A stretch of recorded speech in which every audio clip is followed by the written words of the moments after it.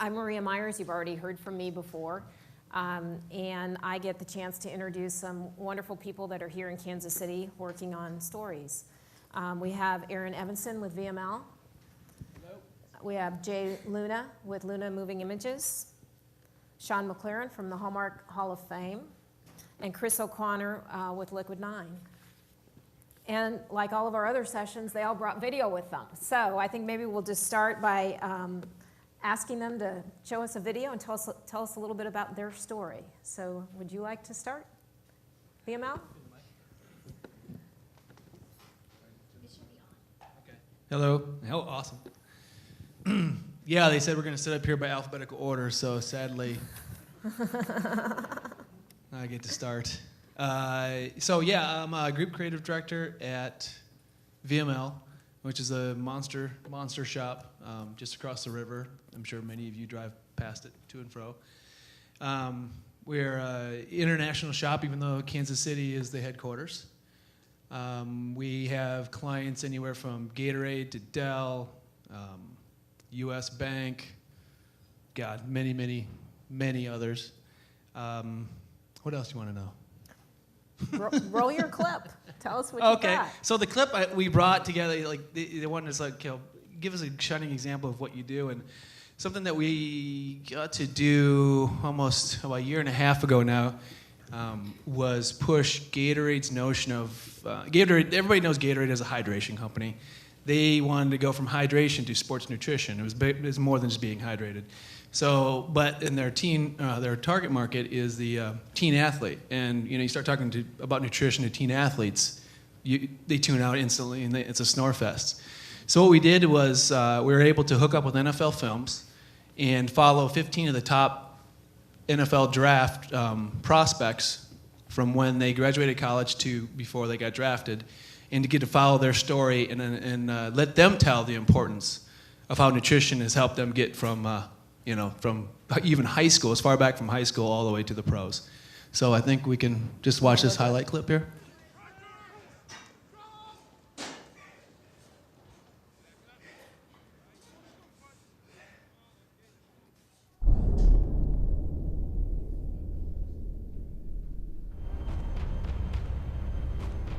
We know there's some big names, but are they ready to play in the National Football League? He's an enigma. Sometimes looks great. Other times he disappoints me. He's a smart football player. He runs hard. He plays hard. I think the guy's got big-time talent, but I still think he's got a long way to go. On the speed!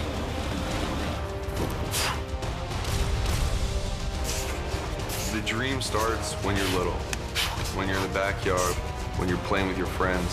When kids stand up on the first day of class and they say, I want to be a lawyer or a doctor, I always stood up and said I want to be a football player. Let's go. I grew up in Tonga until I was 16, then I moved up here to America. I have to prove that I am cancer-free and that the cancer will not come back. They are proving themselves at every step along the way. All of it matters. Physical, nutritional. You just have so much energy throughout the day and, throughout your workouts. I've definitely noticed a big difference. They have to prove themselves at the combine. You have to survive the first 3.5 days. To jump, to run, to move side to side. You're going to a team that has 53 players already on it and a full practice squad. And you're going to have to take somebody's job. That job's not going to be given to you no matter where you're drafted. This is a big dream for me, and I have one chance not to mess it up.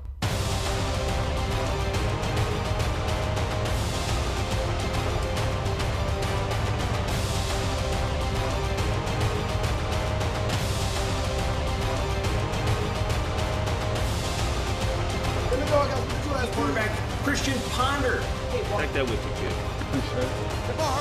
Watch it out! Yeah, good. Bring up plan. This is going to be intense, like nothing they've ever experienced.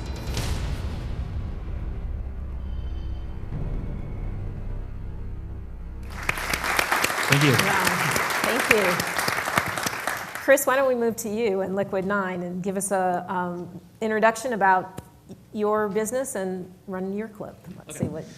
So hey, I'm Chris O'Connor. So I own Liquid 9, which we started in 2003, and we have a couple of different avenues of things that we do, but we help companies like VML a lot of times make their stuff. So VML is a little bit different from most ad agencies in that they think and do stuff a lot of times. A lot of ad agencies just think of things, and then companies like us do them. So that's about half of what we do. The other half of our business is in the entertainment industry. So we do everything from music videos to merch design to fulfillment to television shows, silly little things like that. And then we also have an office in Kansas City and one in Chicago that we just opened. So that should be a fun point of conversation at some point. Yeah, we're ready when you are. This is just an overview of our stuff. It's our hyperreel. Very loud.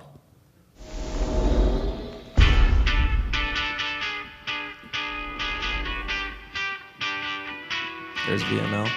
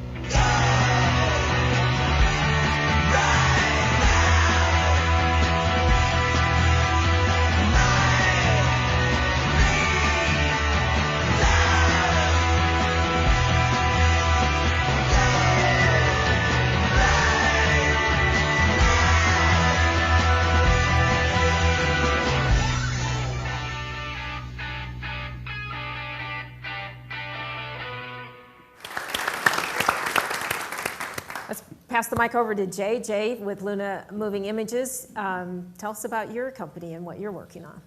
Sure. I started a motion picture company here about a year ago, and I'm working on a lot of different things, but I've been pretty dedicated to trying to create a sustainable regional motion picture industry stretching out from the northern states all the way down to Austin. Today, though, the clip I'd like to show you is from some local people, Kevin and Kristen Howdishell, whom I met through a friend. They're incredible animators, and I think they're working in like a basement office right now, which is a crime and a shame. But I'm kind of putting them together with some people I knew through my University of Wisconsin network who've been developing iPad apps for like Mercedes-Benz and all these big companies to create a digital storytelling application. So I'll just show a clip of their work.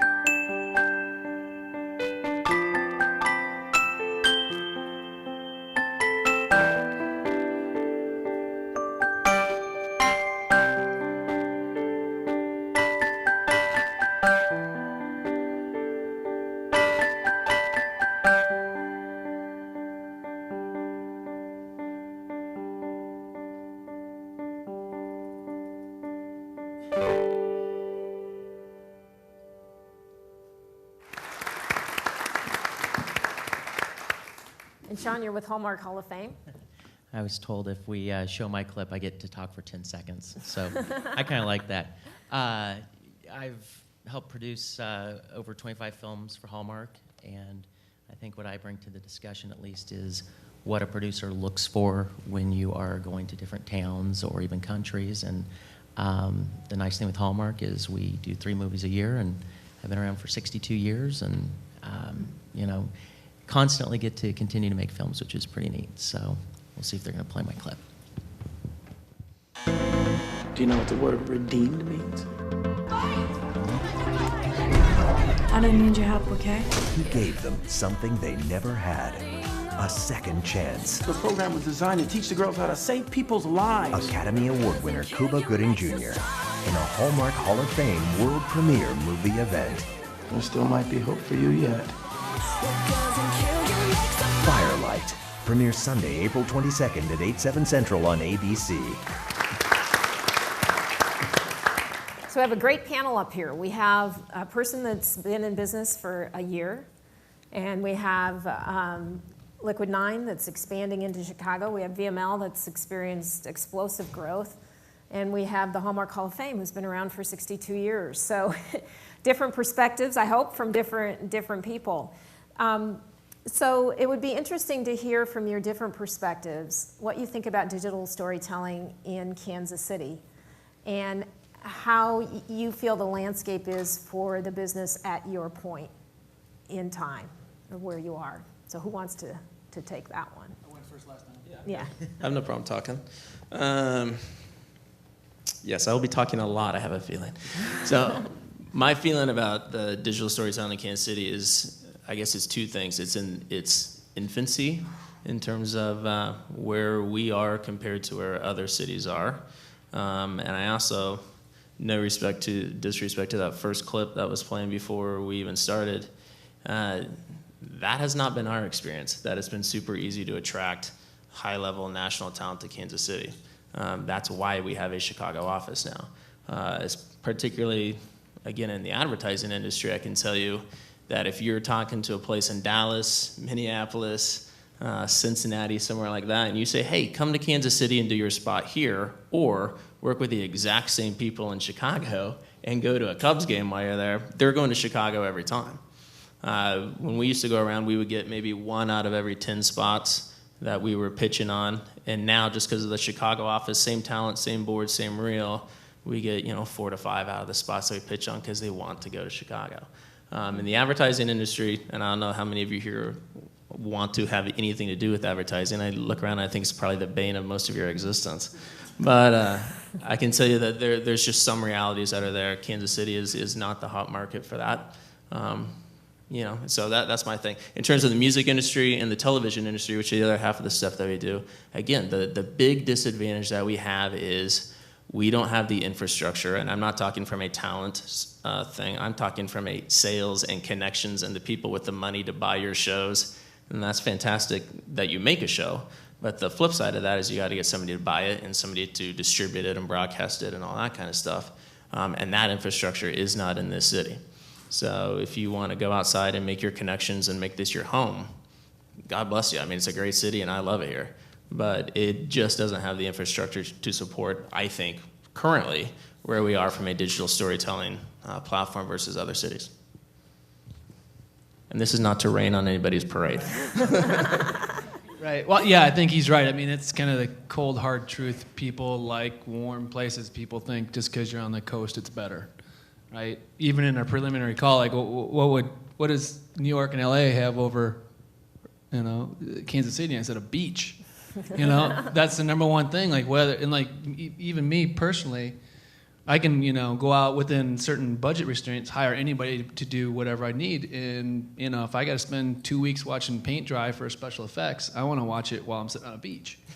We just do. Sure. But now here's the not to say that Kansas City doesn't have a ridiculous amount of talent, and I am all about trying to keep it in the city. And maybe it's I was born and raised in Iowa.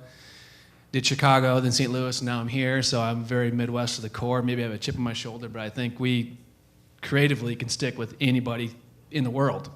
And so I'm kind of just want to keep as much creativity in KC as much as possible. Another kind of reality that we're dealing with is budget restraints, right? So on the upside, depending on how you look at it, not having big budgets that include big travel mean you get to stay in KC and do your work. So it kind of is a plus and a minus.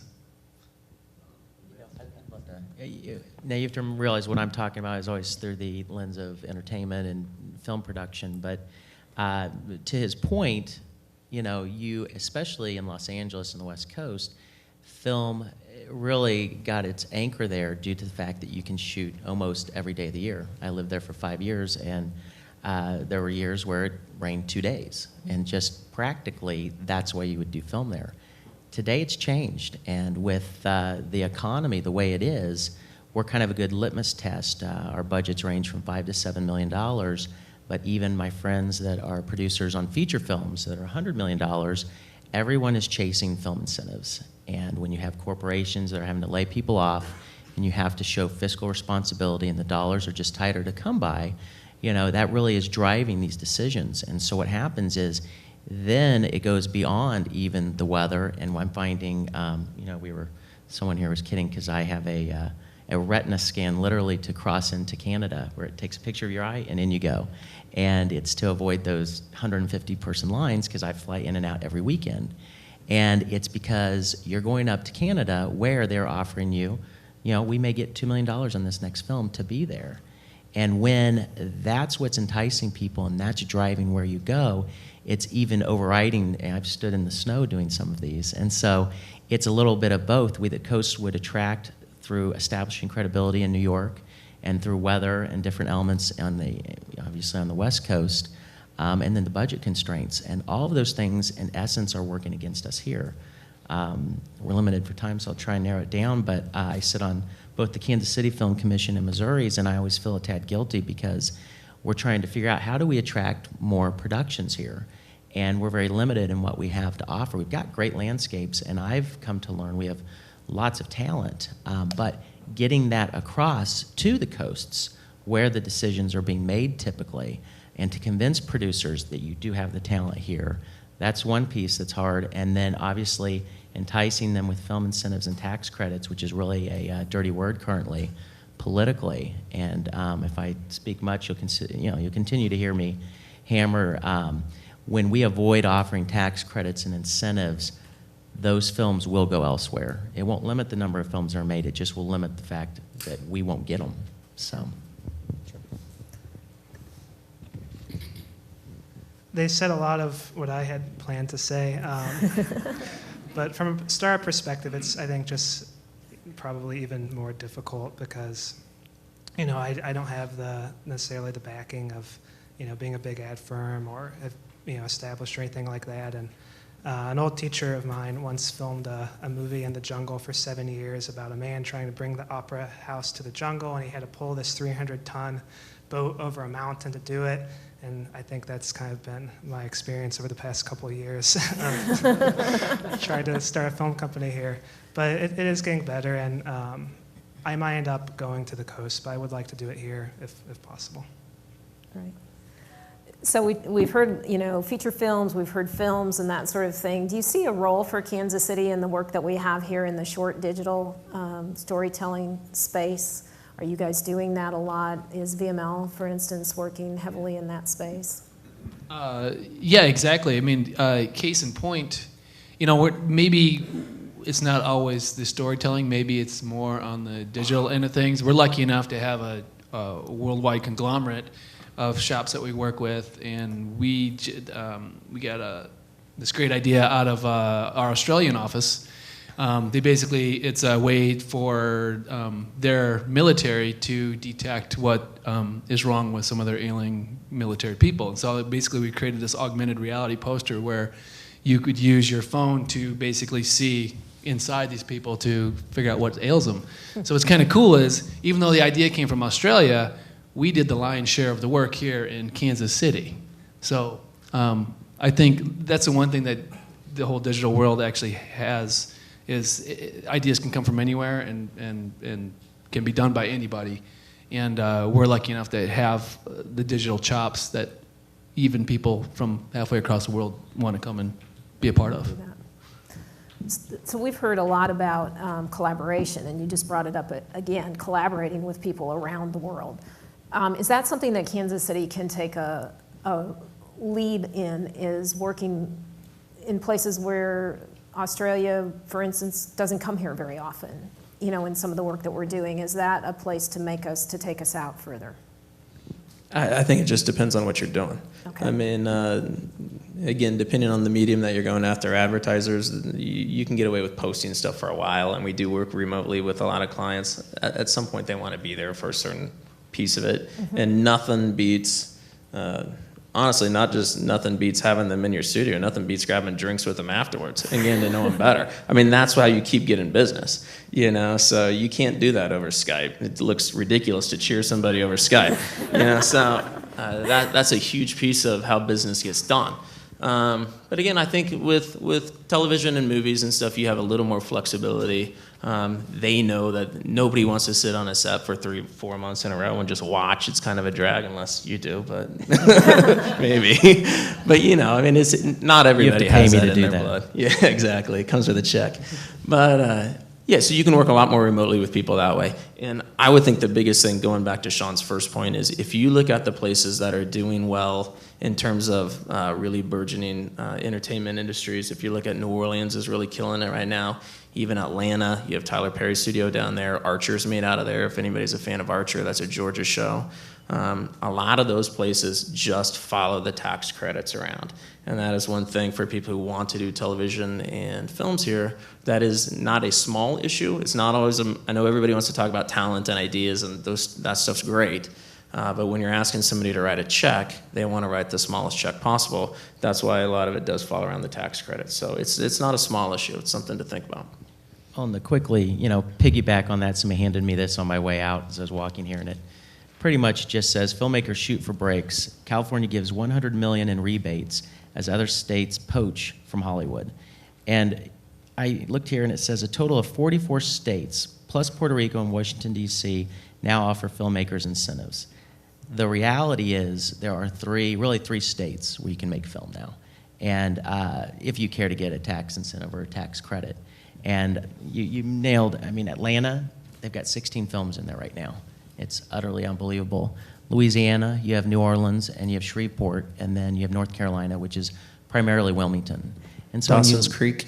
Yeah, and the reason is because they have stages because of Dawson's Creek, which is called Screen Gems. Dino De Laurentiis built that originally, wanting to move Hollywood over to the other coast.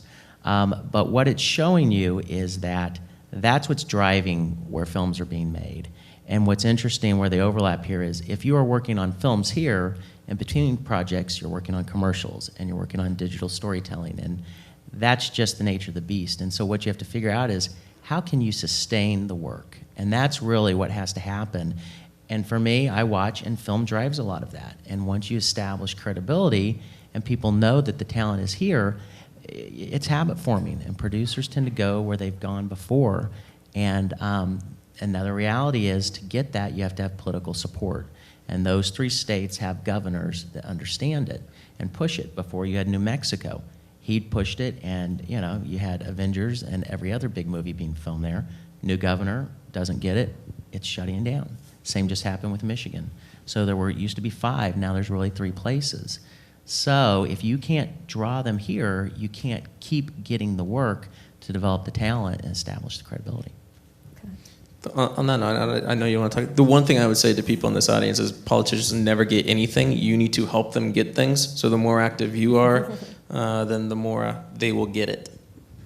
And I'd like to chime in. You know, I think part of the public concern is they feel like everyone's struggling economically right now, and these Hollywood guys come in, take a tax credit, and take out everyone's money. But actually, the motion picture business creates tons of jobs, and a lot of them like skilled labor jobs. You know, some of the highest people paid on my shoots are people who also are carpenters by trade when they're not doing movie work. And I know that Terry Rogers, who I think is coming later, has spoken about how we do have that infrastructure here and how we can create jobs for those people and for more people. But we do need a tax credit here, so to do it.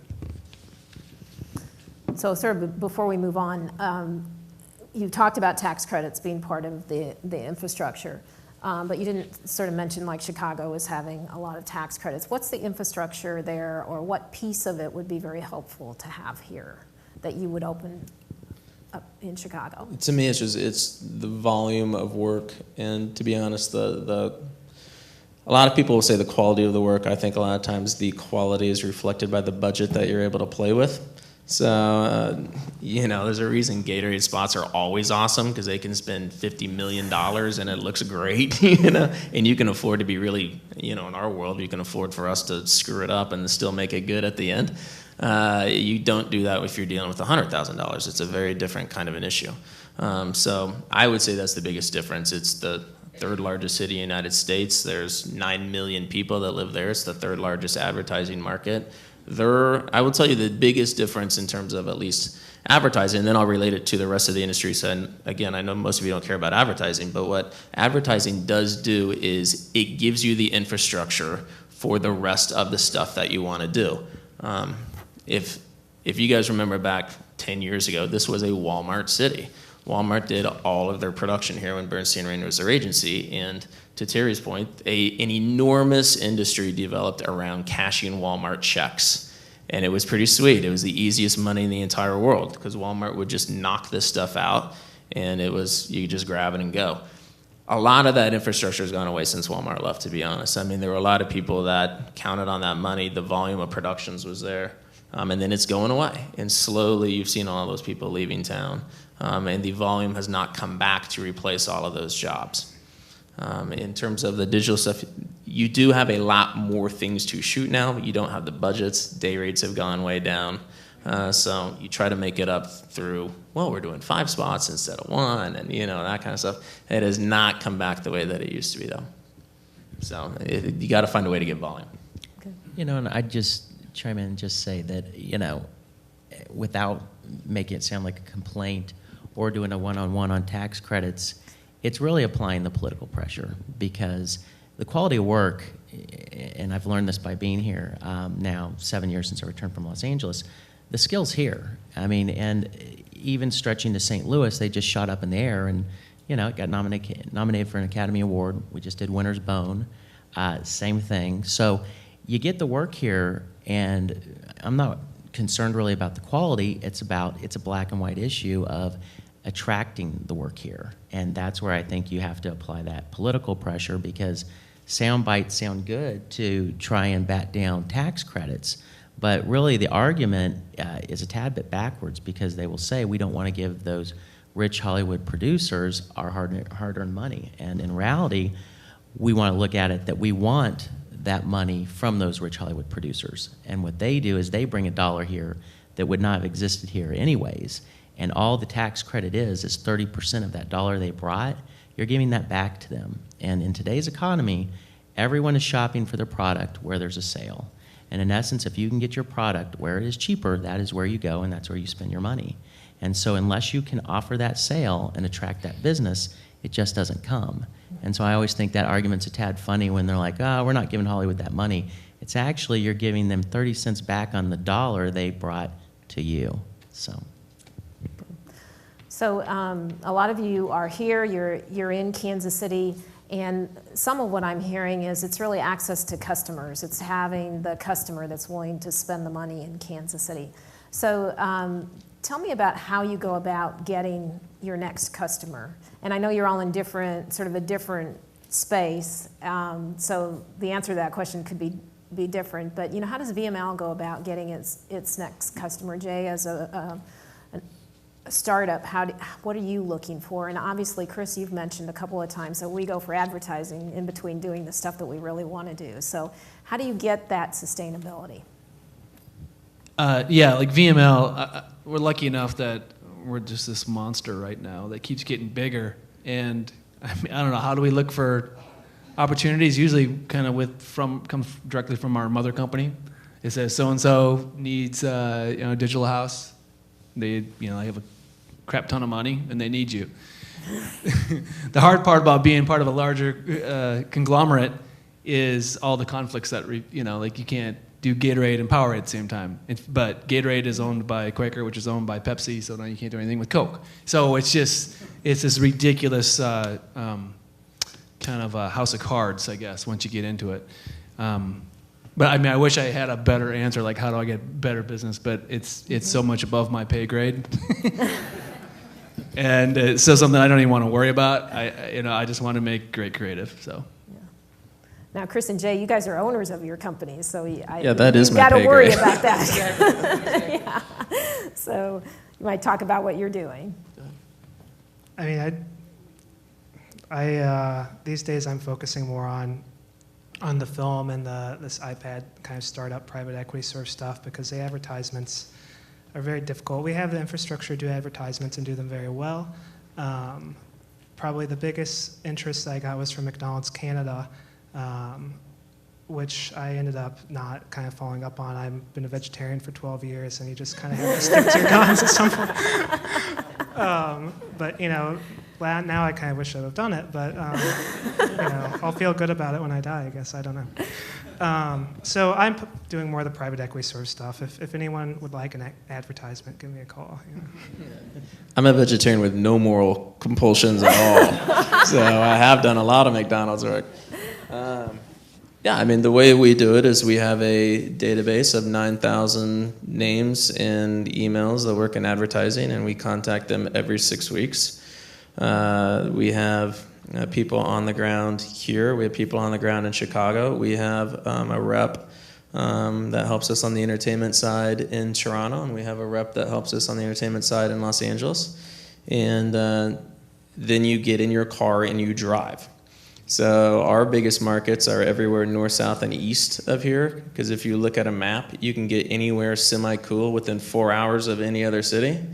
If you go east, and if you go west, it just sucks. So with the exception of flying to LA, we'll fly to Los Angeles, but everything else, we literally I spend probably 2 to 3 weeks minimum every month in my car driving around, going city to city to city. Wow. Yeah, fun.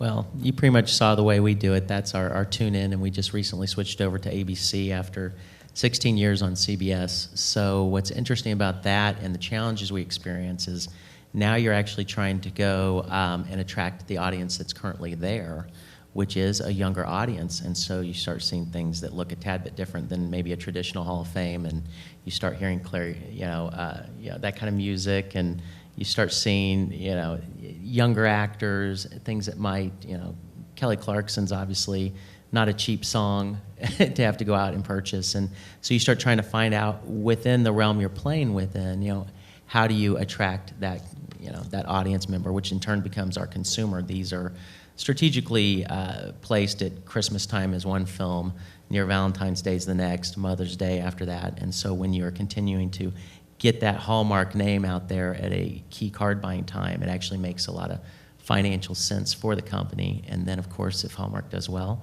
it helps all boats rise, so it's good for all of us too. So how do you decide what type of film or what the topic of the film is going to be next? Well, that's what I did in LA.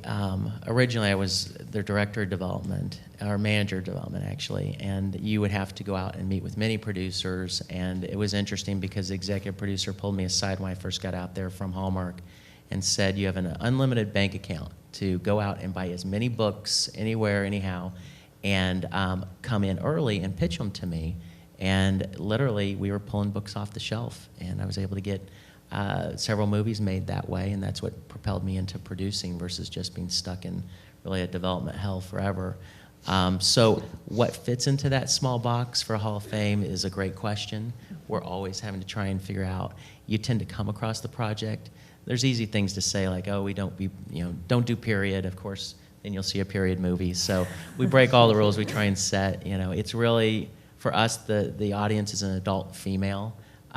It's not a family movie, but it's family appropriate, so the family could sit down. But it's projects that would attract that common audience. It really is a core card buying consumer. So it's a hard one. But ABC has their own opinion now too. So trying to serve two masters. Great. Well, let's open it up to questions from the audience. Do we have questions for these gentlemen up here? So yeah, we start with emailing everybody. We call as soon as you get any interest from anyone, I mean, again, every 6 weeks you're going through the entire list. So then you try to set up phone calls. Out of the 9,000, you don't need to hit all 9,000 of those. Probably you would just want to hit, the producers generally, or the people who can help you get business. But you want the other people to know who you are. And so when the producer says, do you know this company? They say yes, and I've liked their stuff. So you then try to work through the producers, and then you try to set up, in our case, routes to go, hey, we're going to be in your area on this day. We'd love to come in and do a real showing with you. We'd love to take you guys out for drinks afterwards, or whatever the case is. Drinks always go a long way.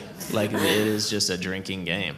So always schedule your meetings late, so yikes. But, so yeah, I mean, that's the way that it works. So we go literally city to city to city and try to set up as many meetings as we can, and then go on to the next city. We're like cockroaches.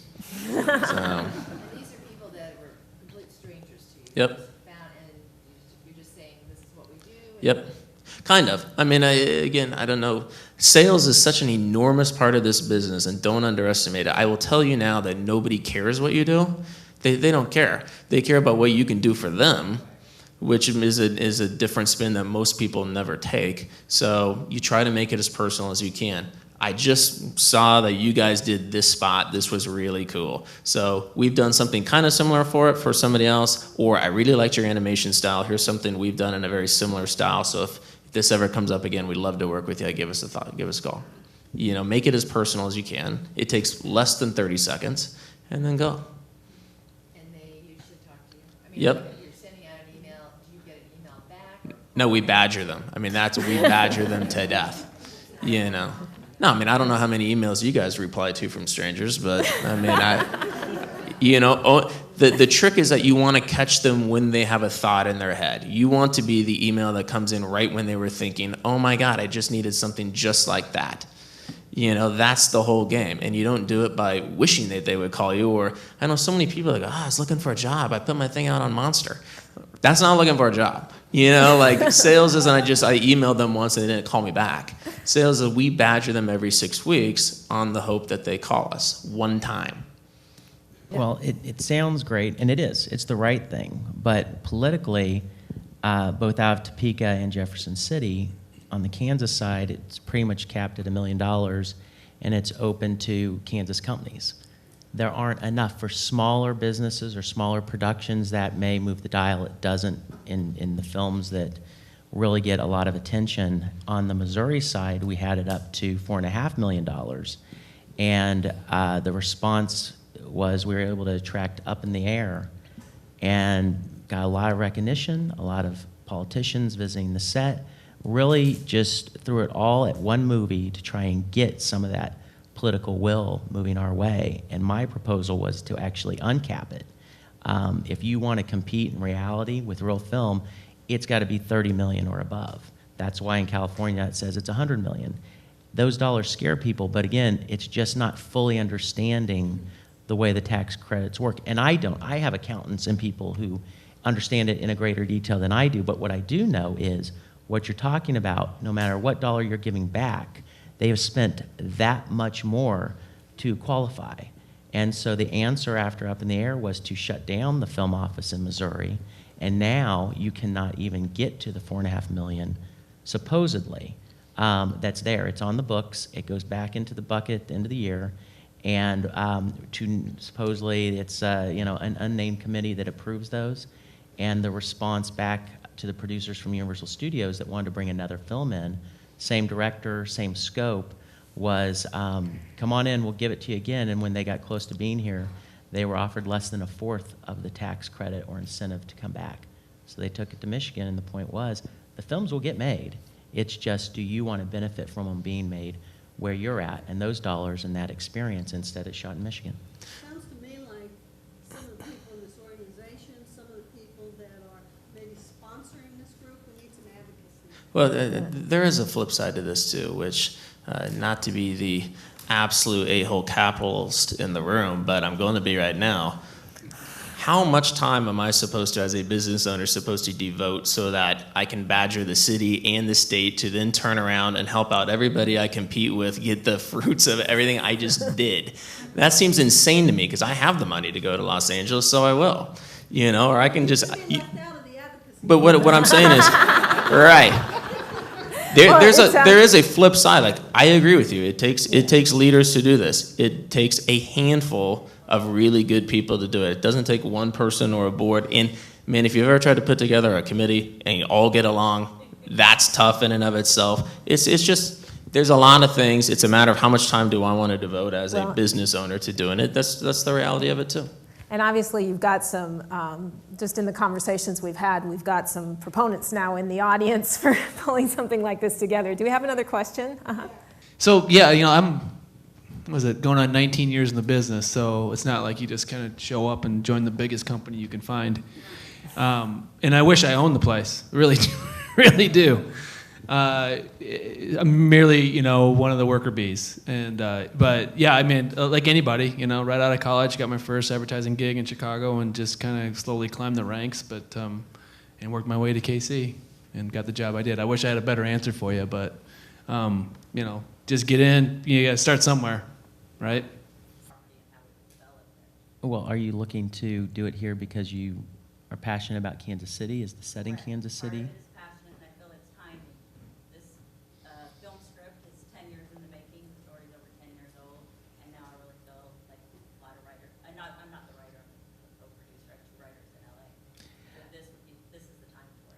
Well, and that's kind of an answer to the question here. The things that are filming here tend to be just like this. You were from Kansas City. You're passionate to help. The setting just happens to be here, or you have a prairie. And that's what I would like to get those productions, but go beyond that if we're going to help it sustain, because what you want is to have a whole slew of people here that can be hired that are very capable. What you also will need if you're going to be an independent producer on that is as much money as you can get, as much help. Again, that comes with those tax credits and those incentives.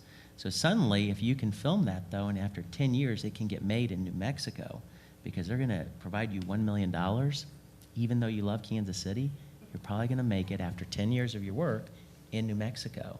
And so what we're kind of talking about here is, hopefully, as you start getting the word out to great numbers of people, they apply more and more pressure, and when you read articles about how silly tax credits are, you start realizing in conversations over drinks with maybe your political friends, that may not be the whole story, because you want to be able to make that work here, but we don't have enough of the pieces, or at least it's so difficult to get to them, that I find it very challenging, because it'd be the best thing in the world to grow an industry here and not fly up to Canada and not fly to every other state wherever you can get an incentive. We're chasing incentives.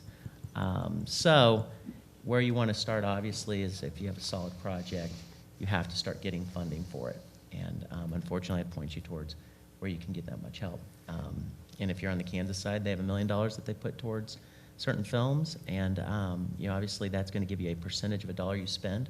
So you have to have your own money first, but you can offset some of it that way. So financing is a good place to start.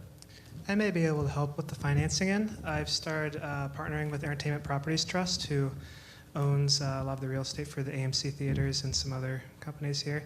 And we're setting up kind of a finance group, and I am privileged enough to have connections to people who can finance movies. Not so much 30 million, but 10 to 20 million, which is pretty good, especially for here. So maybe we should talk afterward. Good luck with that. That sounds cool. I've been to Jefferson City, and I've actually been with Ron once, but several times through the film commissions to lobby and try and convince one-on-one with politicians why they should be voting to not only support the tax credits that were in place, but maybe even up it. And I had to stand up in front of a crowd like this that was mixed with many people within the industry and many politicians, and explain that, and it ties into what we talked about earlier, we had just spent our $4.5 million when we had access to it and the film office was open for Up in the Air, which was great. And I actually was not totally in support of that, because then you use up your entire fund and there's nothing left for all the other films that want to film. But outvoted on that, and it turned out later to seem like a good idea, because we were getting the set visits, we were getting the politicians, they were excited, it was getting press, and so many films get made that you never even hear about how they actually performed. That was a Clooney movie that actually was good.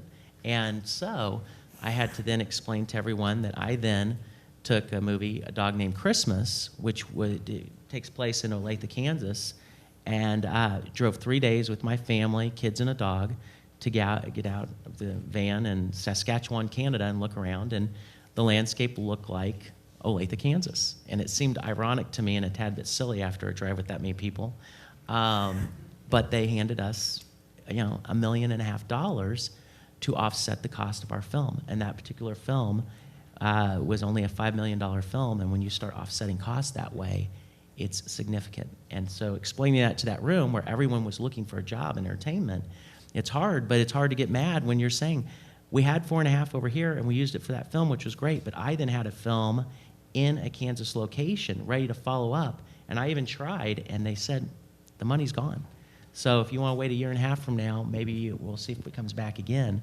And so that's how you start seeing all this film leave Hollywood, go up to Canada. I would love to keep films out of Canada. It's not fun going through customs each weekend. You do that because you don't have a choice. Is it less fun than Olathe? you can go out for drinks in Olathe. It's pretty fun.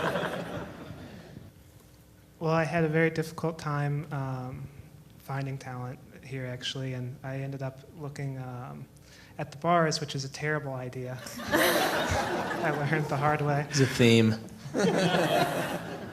At this point, I am looking for like lead actors in other cities, and there are a lot of good like supporting cast here. There really are, but there are still only a handful of people that I think are really serious about acting. And the reason why is because there's enough work here, so they end up doing it as kind of a hobby or part-time job, and they're never really able to focus on their acting. So.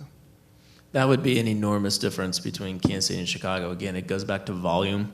You can make a living as an actor in Chicago. You can't make a living as an actor, unless you're just a rare breed, and that really means probably doing Kia commercials and stuff all day, in the city. So my recommendation would be make sure that you've talked to, there's 2 or 3 really good acting schools, comparatively speaking, for Kansas City. Commercial Actors Studio being one, Actors Training Studio being another. And make sure that you hit up there are agencies here. Exposure's here, Talent Unlimited's here. Like, they might know a lot of people that you don't know and aren't talking to. So a lot of these guys, because there's not the volume of work, particularly on a film, they just want that on their resume. And I'd quickly add, too, we have so much talent that comes up through all of our school systems. We have great colleges, and it's amazing when you start to scratch the surface and you realize when we did this over at MU, there's 3 sets of writers that are writing top movies right now that came out of Missouri. And so and obviously actors from Brad Pitt to whoever, they're all coming up from below, but what's happening is at some point they disperse and they go off to Chicago or New York or Los Angeles. And really one of the motivations with the film commissions and even MU with this effort is, how do you catch that talent right before we lose it? And how can we sustain it here? So what you have to realize is there's plenty of good talent coming up, and maybe you can poach out of some of those pools and get some really good talent that way. And just to put it in perspective, before I kind of went more digital, I was all traditional, did nothing but 30-second TV spots. So we're in LA, the entertainment capital of the world as far as actors go, and we would still only see the same 6 leading guys for any one part, and everyone else just sucked. So, if that's the place you go to for the best talent, it just only goes to serve that, Chicago's a little bit better than KC because of population, and KC's down. It's just the fact that talent is hard to find. And those 6 guys, maybe one came from Los Angeles, and that's what's really amazing. When I was there, I thought it'd be so unique to be from Kansas and be in Hollywood. And I'd walk up, and the door guy would look at my ID, since we're on theme, and he'd say, "Hey, I'm from Overland Park." And the next guy was from Ohio, and the next guy was from Missouri. And no one in LA stays in LA. They get the heck out of there. It's people from everywhere else. So there is the talent all around. It's just hopefully you're able to catch it before the year leaves, because typically people are here. There's a story why you're here, and you're able to carve it out here. I would throw out one last thought. Sorry, I didn't mean to. I thought you were done.